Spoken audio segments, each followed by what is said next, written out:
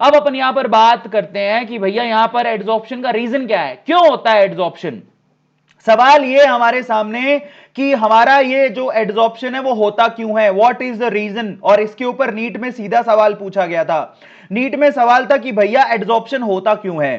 तो मैं आप लोगों को बताता हूं कि यहां पर नीट एड्सॉर्प्शन होता क्यों है। तो बेटा होता कुछ क्यों है, जरा आप चेक करो। मैं यहां पर एक कंटेनर लेता हूं और उस कंटेनर में वाटर के मॉलिक्यूल है।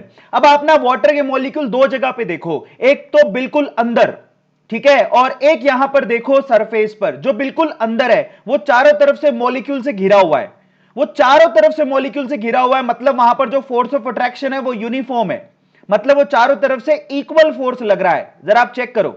लेकिन जो आपके पास मॉलिक्यूल, जरा आप चेक करना, जो आपके पास मॉलिक्यूल लिक्विड के अंदर है उसके पास बैलेंस फोर्स होता है, वो स्टेबल होता है और उसके पास लेस एनर्जी होती है क्योंकि वो चारों तरफ से घिरा हुआ होता है। लेकिन अगर हम लोग बात करें एक ऐसा मॉलिक्यूल जो कि सरफेस के ऊपर है, अगर कोई मॉलिक्यूल सरफेस के ऊपर है तो बेटा उसके ऊपर आपको पता है कि तीन ही मॉलिक्यूल अपना फोर्स लगा रहे होंगे क्योंकि उसके ऊपर मॉलिक्यूल है ही नहीं। तो अगर उसके ऊपर मॉलिक्यूल नहीं है तो यहां पर अनइक्वल फोर्स लग रहे हैं, ये अनबैलेंस्ड है। क्यों? क्योंकि सरफेस का मॉलिक्यूल अपने दाएं से, अपने बाएं से और नीचे से ही मॉलिक्यूल से घिरा होगा। क्या वो ऊपर से घिरा होगा? नहीं। तो यहां पर अनइक्वल फोर्स होते हैं, इसलिए वो अनस्टेबल होता है और अनस्टेबल होने के साथ साथ इसकी एनर्जी भी ज्यादा होती है।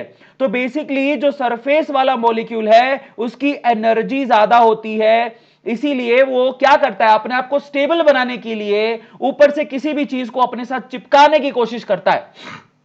तो जब वो अपने अपने ऊपर से किसी को चिपकाने की कोशिश करता है उस वे से एड्सॉर्प्शन होता है। सबको समझ में आ गया कि एड्सॉर्प्शन क्यों होता है। तो basically unbalanced force of attraction की वजह से सरफेस का मॉलिक्यूल क्या करता है, एड्सॉर्प्शन करने की कोशिश करता है। तो इसका मतलब अगर आपको कोई पूछे, नीट में सवाल आ जाए कि बताओ बच्चों एड्सॉर्प्शन क्यों होता है, अगर कोई पूछे कि बताओ बच्चों एड्सॉर्प्शन क्यों होता है, तो क्या जवाब दोगे? तो वहां पर बोलना it is due to balance the unbalance forces. Unbalance forces को बैलेंस करने के लिए एड्सॉर्प्शन करता है सरफेस का मॉलिक्यूल। सब लोग कॉपी के अंदर लिखो, मैं दोबारा बोलता हूं, सरफेस का मॉलिक्यूल अनबैलेंस फोर्सेस को बैलेंस करने के लिए एड्सॉर्प्शन करता है, अपने ऊपर किसी ना किसी को सोख लेता है। Now this is very very very important.